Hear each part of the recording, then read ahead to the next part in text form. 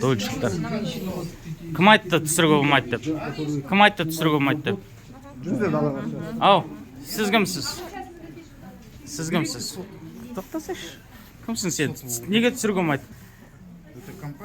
Компания. Күндіз түсіріп тұрмын. Мен сіздің ваннада отырғаныңызды, спальнingізді түсіріп тұрған жоқпын. Мен ашық түсіріп тұрмын, дұрыс па? Мына жерде жылы жерге келіп проблемаларыңызды айтыңыздар. Келіңіздер жылы жерге. Шық дегенге шыға бересің. Закрываешь. Қазақша сөйлеңізші бірінші. Сіз енді жаңағы Талғат деген кісінің замысыз ғой, жоқ, енді айтсаңызшы, енді өздеріңізді ақтасаңыздаршы. Ол неменесін бар ақтайды, біз салып жатырмыз, үйді салып қойдық. Ешқандай несі жоқ оның. Жоқ, енді мысалы қараңыз. Қазір мен сізге мен разрешение берген жоқпын ғой. Ана жаңа бастығыңыз айтқан жоқ па, түсір деп? Сізге айтты ғой, комментарий берді ғой. Менің құқығымда. Сізге комментарий бер деп айтты ғой. Көрдің бе? Жоқ, жақсы.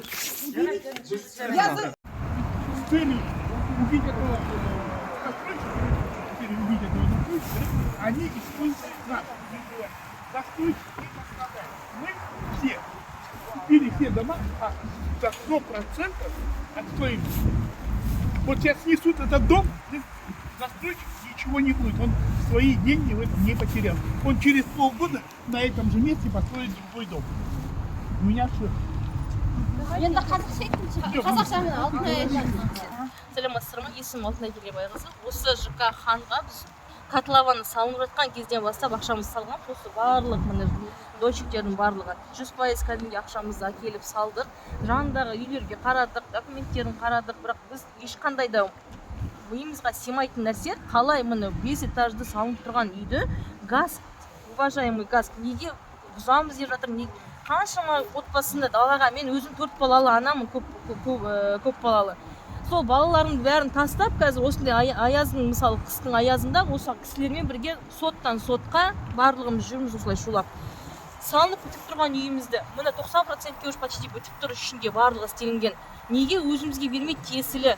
Минимум 10 миллион салған, максимум 40 миллионға дейін салған кісілер бар. Мен өзім 25 миллион салғам. Кәдімге келіп ақшамызды. Біз просто миымызға кірмейді, қазір біз не істейміз, халық не істейді, мен вообще түсінбеймін ше, просто балаларым үшін ертең мен үшін кім жауап береді? Құдай сақтасын, неше түрлі жағдай болуы мүмкін, мысалы семьясында қаншама, мысалы сол үшін жолдасымен де қаншама разногласиялар болып жатыр. Менен басқа да 5 баласы бар, 6 баласы бар кісілер бар, инвалидтер бар бізде бұл жерде. Қаншама халықты зейнеткерлер бар. Қашан салып едіңіз? 1,5 жыл күттік. 2 жылдай болып қалды уже. Міне уже бітет, міне берет дегенде енді газ бұрын қаяқта болды, біз түсінбейміз соны. Неге котлован салынып жатқанда, неге бірінші этаж салынып жатқанда, неге сол кезде мысалы тоқтатпады. Енді қазір салып болып халыққа береміз дегенде, мына үйдің мысалы несі кірпіші барлығы жақсы. Кәдімгідей өзі енді ер адамдар өздері разбираться етеді ғой. Бізге сонысымен ұнаған. Жанындағы үйлердің барлығы тұр. Онда неге бұны ғана құртады, неге онда басқасын барлығын бұзсын онда бір жолы. А вы не боитесь, что вдруг он рухнет? Он неге рухнет? Он нормально построенный. Бүкіл несімен салып жатыр ғой. Можно скажу? Айтыңыз. Міне қараңыз, бұл үйді алып отырған, төлем салған адамдардың дені инвалидностьтары бар адамдар, көп балалы отбасылар, жалғыз басты аналар, зейнеткерлер, барлық қарапайым халық. Бұл жерде газдың жаңағы застройщикқа өзінің бір ашу-ызасы бар шығар, бірақ оны қарапайым халықтан алып жатыр. Бұл жерде ешкім бұл жерде жапа шекпейді, тек қана осы адамдар ғана. Себебі әрқайсысы өзінің еңбектерімен жинаған ақшасын соңына дейін әкеліп берді. Прокурор жаңағы неше сотты бізді таскат етіп жатыр. Туда-сюда, неше сот болды. Енді экспертизасы жүргізілді, үйді сапасы дұрыс деп айтылды. Технадзорда айтып жатыр, бәрін дұрыс жасалған деп. Жұмыс барысында мүмкін болған шығар қатесіздіктер, ұсақ заң бұзушылықтар, олардың бәрі дұрысталды деді. Енді дайын тұрған үйімізге кіре алмай, мына аязда неге біз сабылып жүруге тиістіміз? Неге бізді мемлекеттік органдар қарапайым халықты қолдап, қорғап жасап бермейді бізге? Мына бүгін жиналуымыздың да себебі сол. Әрқайсысы арендада отыр, әрқайсысы қайсысын сұрасаңыз да. Коммуналка өсіп жатыр, ақшалары жаңағы продуктын өсіп жатыр, бәріміз күнделікті көріп отырық. Жолақы, бензин бәрі өсіп жатыр. Халық неге зардап шегу керек, дайын үй тұрғанда оны бұздырып? Неге үкімет бізді қарамайды? Халықтың неге жан айқайын тыңдамайды? Қанша салдыңыз сіз? Застройщик кінәлі деп санамайсыздар ма? застройщиктің да өзі Балдарыңызға сақ қойып отыр өзі мысалы. өзі шықпайды мысалға. Мүмкін оның шынында да застройщик должен был выполнять предписание в ГАЗе. былай бір айтамын, застройщик бар ғой да, застройщик. аты-жөні қалай? Диана. Застройщик, Оспанова? мен сізге былай айтамын, неге сіздер айтырсыздар, сіздер застройщик, үйді жақтап салды да. Застройщик қазір мына жерде ол бар ғой түк жоғалтпайды. Ол біз 100% ақшамызды төлеп алдық. Там до этого его Біз 100% үйді төледік. Қазір үйді алып тастаса бар ғой да, застройщикқа бәрібір алады. Ол ақшасын нетпейді, біздің ғана ақша кетеді. Сонда сіздер өздеріңіз Застройщиктің кінәсінен дұрыс па? Оның да кінәсі бар да, но оның кінәсі бар ғой да, оның кінәсі да айтуға бір административный ответственностьқа оны жіберді. Штраф салды бұған да, штраф салды. Енді содан кейін бар ғой да, содан кейін. Енді істеуге болады ғой үйді. Нормально істеп тұрған үйді. сонда застройщикті дұрыс деп санайсыз ба? Принципе салуға болмайды деп. Мен сізге былай айтам. бұл жер Кім айтты? застройщиктің жері. Кім айтты? Салуға болмайды деп өткенде біз қазір застройщиктің менеджмент бір Жоқ, тоқтай тұрыңыз. Если планда бар, планда, генеральный план застройки, на үй бар. На үй бар ғой да, жеке меншік жер, үйдің астындағы жер жеке меншік. Сонда Мен сізге сіздер- айтамын, газ бар ғой, неге тиіспейді? Банктардың үйі болса бар ғой, банктардың кредит алғанда, банктардан қорқып, олар тиіспеуші еді неге де, үйге. А так как народа бар ғой, банктың ақшасы жоқ, олигархтың ақшасы жоқ да, вот міне, өз қарапайым халықтың ақшасы, сол үшін ғана нетіп отыр газ. Жоқ, застройщиктікі дұрыс деп санайсыз ба? Мен сізге былай айтамын, застройщикпен бар ғой, бәрібір де, онымен газ сестін оған да, бізге үй дайын ба? застройщик қой. Жоқ, ақшасы, міне, сіз бар ғой, Неге ол салмай жатып ақша алды? жаңағы Неге ол экспертизаның дұрыс деп айттыңыз ғой, Диана. Ол қағазды көзбен көрдіңіздер ме? Кімде бар? Жаңағы судебно-медицинская Жоқ, экспертиза. қараңызшы, застройщик мына үйді салмай жатып нарушениесі болған, иә? Бірақ сол кезде сіздерге сатып жіберген, ол уже нарушение ғой. Ол кезде емес, ол пока вопросына решать еткенде де, ол газға түгел документтарын апарып берді. Газ берді ғой разрешение на строительство. Иә, түсінікті. Берді Аты-жөніңіз ғой. қалай? Скаков Марат Серканович. Түсінікті. Яғни олқылықтар түзелді, кемшіліктер түзелді, бірақ сонда да акимат бюрократияға сау отыр деп тұрсыз ғой, Да, иә? сол үшін. Олар акиматтар ғой да, мен былай айтсам да, міне, ана британский кварталға неге тиіспейді? Иә. 7 жыл болды. Аймансыз ба? Жақсы.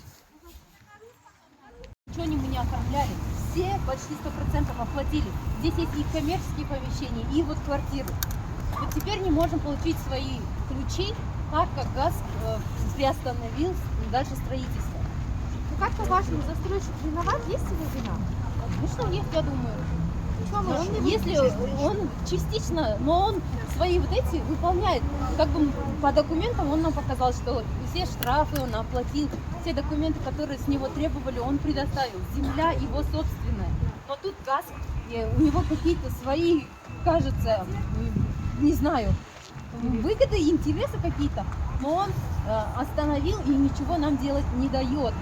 Получается, оно стоит сейчас без отопления, без электроэнергии, без ничего. Дом замерз. У вас есть опасения, что... Мы опасаемся то, что могут снести, конечно, потому что если сейчас снесут, только здесь пострадает простой народ.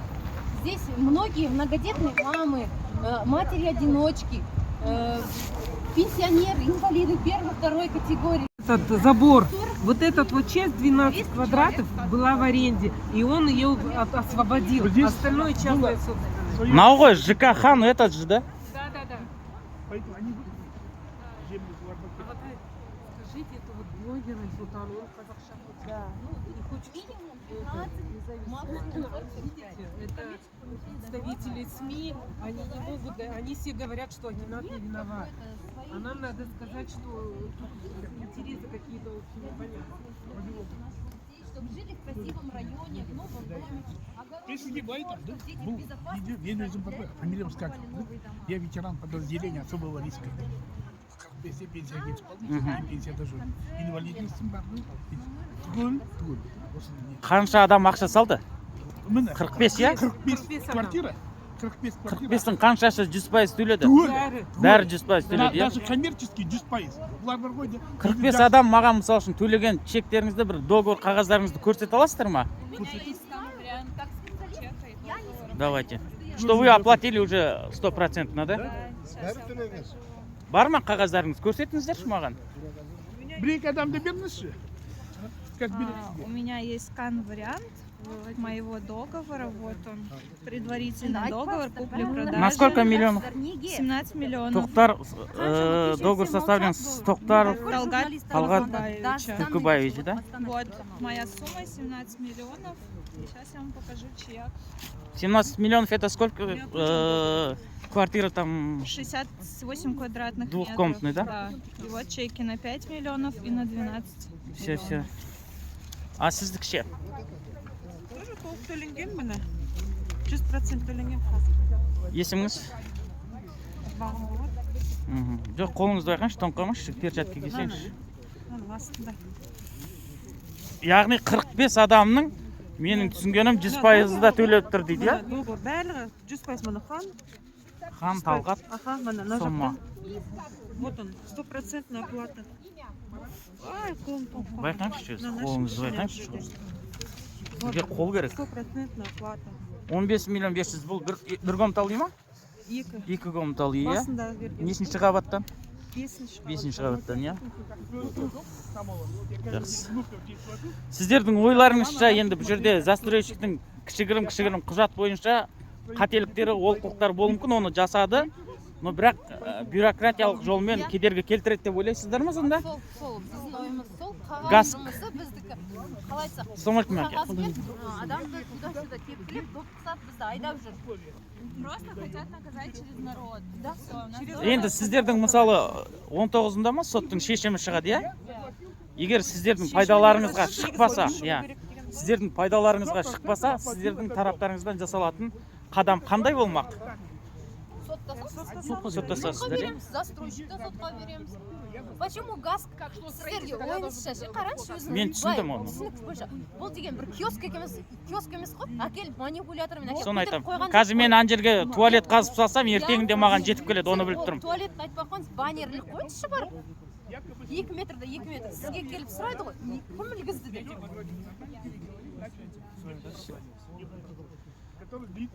Қазір сіздер үй жалдап тұрып жатқан тағы басқа адамдар бар ма осы жерде? Үй жалдап тұрып жатырмыз біз. Барлықтарыңыз үй жалдап, біразыңыз, иә? Үй жалдап тұрып жатырмыз. Тоже жалғыз басты анамыз үй жалдап тұрып жатырмыз. Еще ауырамыз, мен инвалидность. Иә. Маке, енді сіздің округ па? Депутат ретінде Марат аға өзіңіз бір пікіріңізді айтыңызшы. Мынау үй салынып тұр міне. Сырт көзге тамаша, 5 қабат үй. Мысал үшін 10 қабат емес, 32 қабат емес, жер сілкінсе, бірдеңе өтсе тез құлайды дейтіндей. Экспертизаның қағаздары да бар екен. Үй сапалы, жақсы салынған деген. Сіз не ойлайсыз? Бұл жерде бір қандай не темалар бар ма? Бір бөлісе алмай қалу, тағы басқа деген. 45 адам тағдырып тұр ғой. 45 семьяның, адамның емес. Отбасының былайға жағдай қазір ең бірінші қазір сот шешімі шығады. Негізі бұл жерде әлеуметтік халық оңтайлы шешу заңмен, бірақ біріншіден бұл жерде Кемшіліктерді түзеген дейді. Тұрғындар айтады, застройщик уақытында түзеп отырды, кемшіліктер болды аздаған, оны түзеп отырды, сосын рұқсат берген дейді салуға. Газпен кезінде көрдіңіз, заңнамамен газпен жаңағыдай мердігер, сосын жаңағы заказчик дейді ғой, именно сол үйді салдырып жатқан. Сол үшеуінің арасында ең қиын жерде халықтың сеніп берген ақшасы қиын болып тұр. Сол адамдар алып қойды. Бұл жерде енді Мына үйді сүріп тастаса да мыналарға түк болмайды. Халық қой. Договор бар. Сол договордың аясында бұл кісілер сотта келесі кезең бұл кісілердікі болады. Өйткені бұлар орындау керек, ол міндеттеме бар ғой. Бұлардың өйткені кемшілігі неде? Заңсыз салуында. Осыны реттеу керек. Өзіңіздің аты жөніңізді, лауазымыңызды. Осы округтың несі, Күнгей, Гапеева, осы Луканованы салынған. Депутат. Облыс, қалалық. Қарағанды қаласының депутаты. Қалаған қалалық. Біз енді халық жағындамыз ғой, қалай да болса бәрі. Иә, халық жағындасыз. Байсұлтан. жібердім сізге это заключение комиссии, Все. что пригодно. Застройщик бар ма уже застройщик? Застройщик тығылып қалды жаңа шықпады. Менімен былай бір сөйлесті, түсіртпеді. Вот, представьте себе. Я Комаревцева Танзиля, и вчера выяснилось, по WhatsApp мы списывались, выяснилось то, что так, что я купила квартиру, которую выкупили уже другие люди. Сейчас они просто дают комментарий, что якобы поменялась нумерация квартир, но нумерация квартиры на первом этаже в первом подъезде просто не может. Ну вы 100% оплатили. Я И 100% они тоже, да? оплатила, Или и как? Они 100% оплатили. Кто впервые там? Первые оплатили Они, да? они. Ну, никому не досталось пока, да? Пока никому не досталось, ждем. Местный исполнительный орган, Акимат. О, Акимат.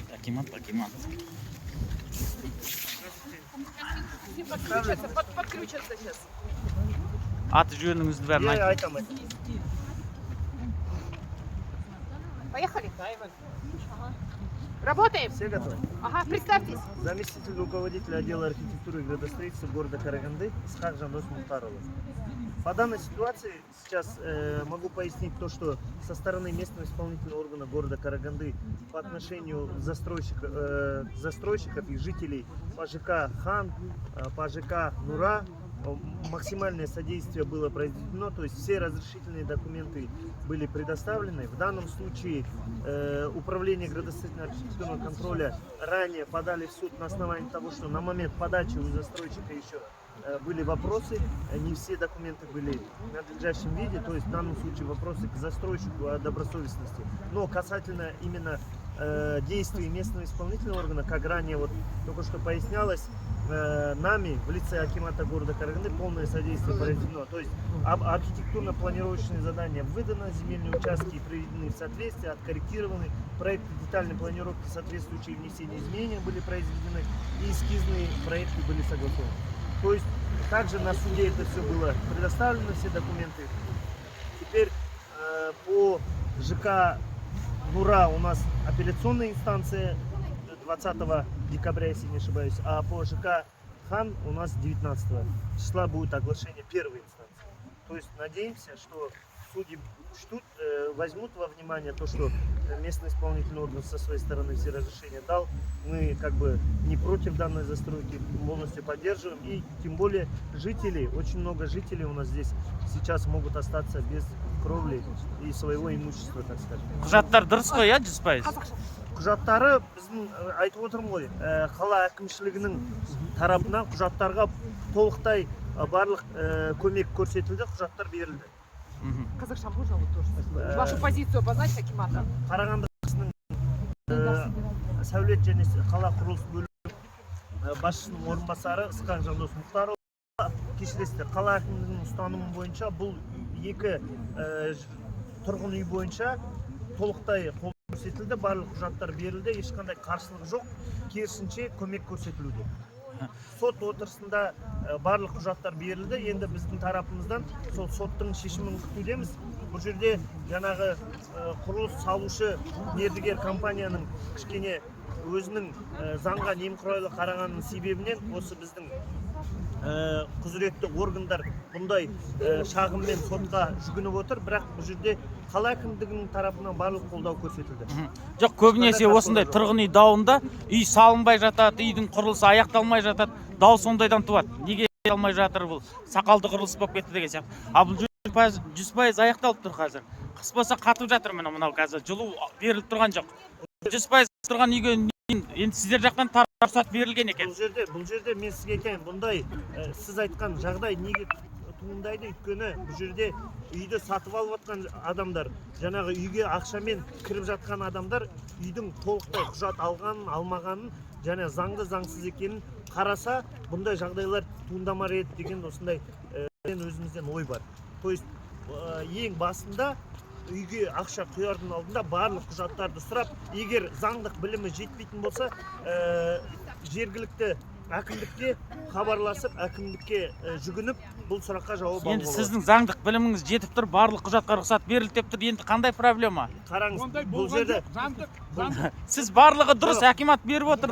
қазір сізге айтып жатқаным, бұл жерде бұл шағым берілген кезде бұл жерде сұрақтар болды деп тұрмын ғой, құжаттар бойынша. Қазіргі таңда құжаттар барлығы Қазір олқылық дұрысталды. Қателіктер, кемшіліктер барлығы дұрысталды. берілді, иә.